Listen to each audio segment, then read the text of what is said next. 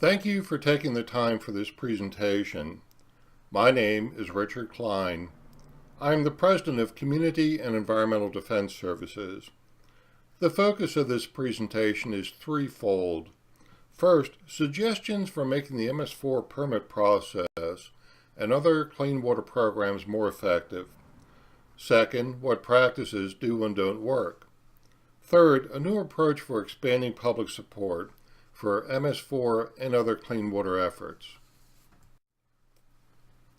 Further detail regarding the topics covered in this presentation can be found at these web pages.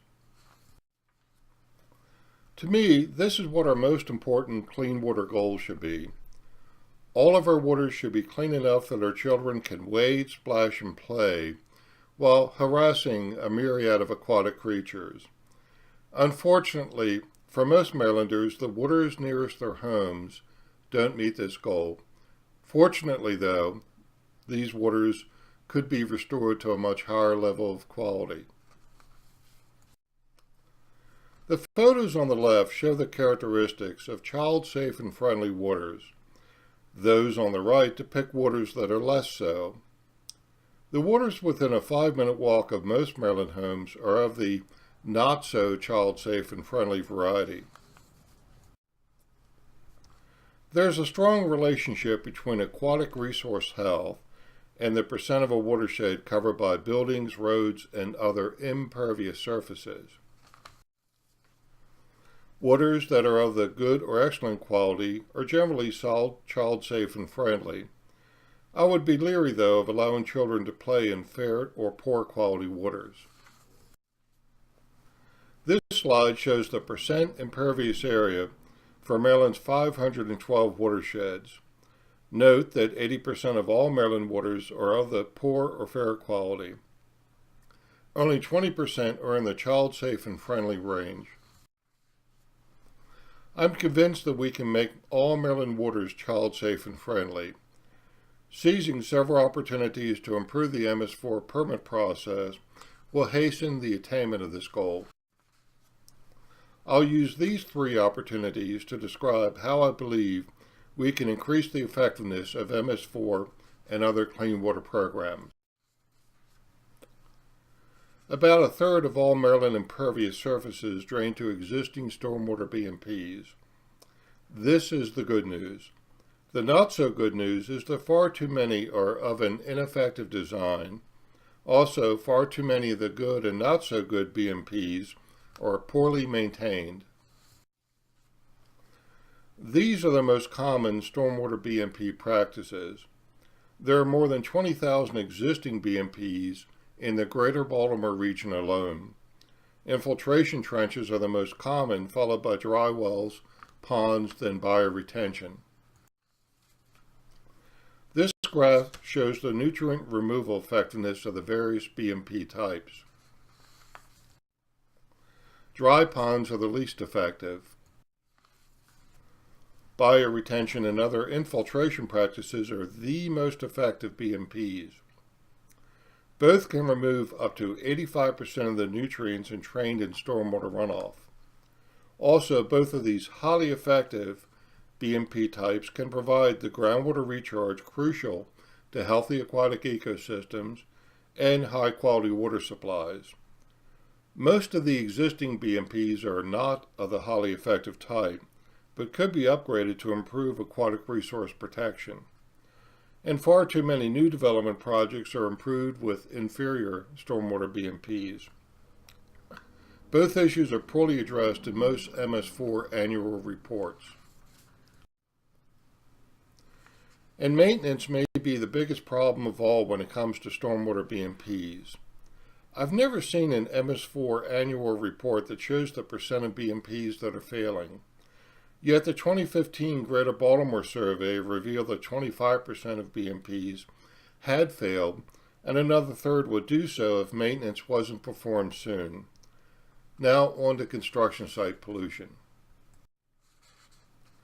Without effective control, the sediment pollution from a single construction site can damage 3 miles of downstream waters, with recovery taking up to a century.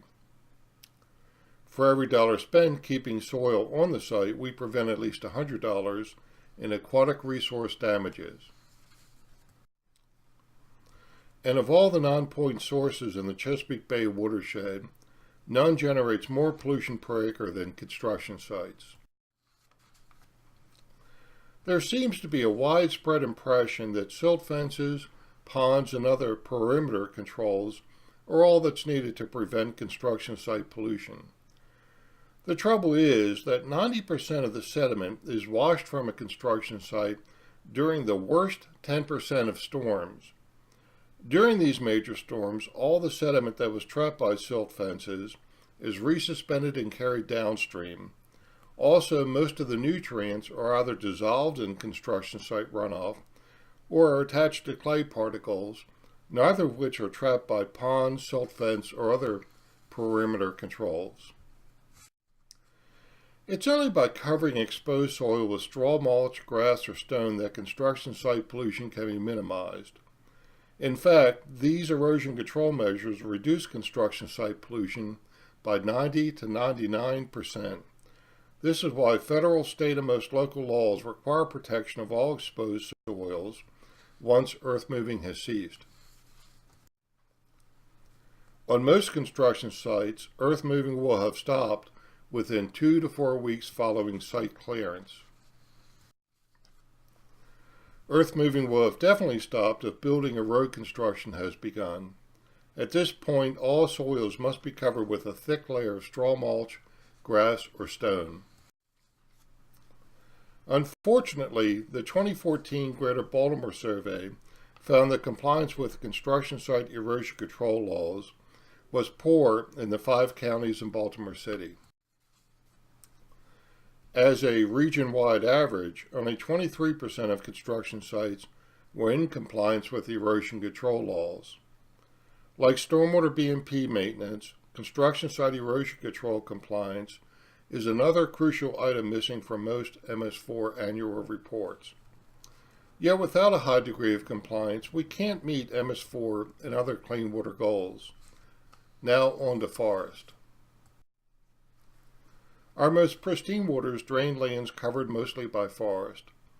A mix of forest and farms usually produces good water quality, while suburban urban watersheds tend to result in fair to poor quality waters. But how much forest do you need to have a high quality aquatic resource? Research indicates that at least 40% of a watershed must be in forest to set the stage for restoring a waterway to good to excellent condition, or child-safe and friendly waters condition. I say set the stage because forest cover alone is not enough. First, most impervious surfaces must drain to highly effective BMPs. Once this goal is achieved, in-stream work may be needed to restore habitat. This graph shows the health of Maryland's 512 watersheds based on forest cover. Note that only 20% of the watersheds have the forest cover needed to achieve the good to excellent, child-safe, and friendly category. Development is the primary cause of declining forest cover in Maryland. This chart shows that in 2016, slightly more than half of the forest acreage that existed on development sites was either retained or planted. We must set the goal of achieving the minimum 40% forest cover needed for good quality waters in each of the 512 watersheds. Most MS4 reports are silent with regard to existing watershed forest cover, forest loss, and the critical role forest plays in meeting water quality criteria. Now I'd like to offer an approach that could expand public support for MS4 and other clean water efforts. These 4 darlings are playing in a typical suburban neighborhood waterway. I suspect their parents would be concerned if they knew of the likely presence of disease-causing organisms. However, it's also likely this knowledge would also make the parents strong advocates for actions like stormwater fees, especially if we called it something like a child-safe waters fund. Again, the waters nearest 80% of all Maryland homes are degraded. I believe the key to success lies in helping these residents understand that their neighborhood waters are something less than child safe and friendly. But making people aware of a problem isn't enough. We also need to provide solutions that make sense. A great example is exposed construction site soil. Drive by most sites today and you'll see lots of exposed soil. You can assume that come the next storm, a nearby waterway will be polluted.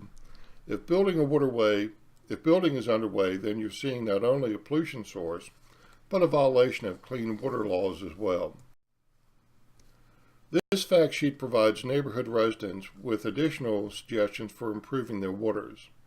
Please feel free to substitute your group's name and contact info for mine if you'd like to use this fact sheet. Putting modesty aside, the 2014 Greater Baltimore survey is one of the best examples of putting this approach to work I've seen in 50 years as a clean water advocate. Earlier I mentioned that the 2014 survey found that only 23% of construction sites complied with the erosion control laws.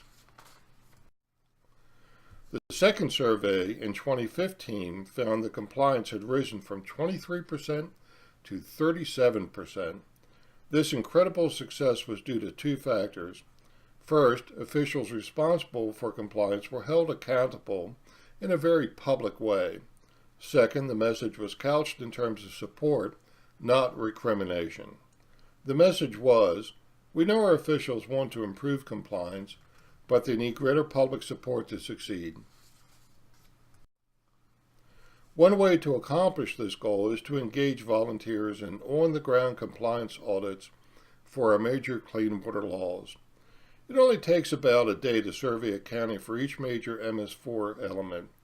You only need to look at 5% of the BMPs and other practices out there, and the survey only need be conducted once every 2 years or so.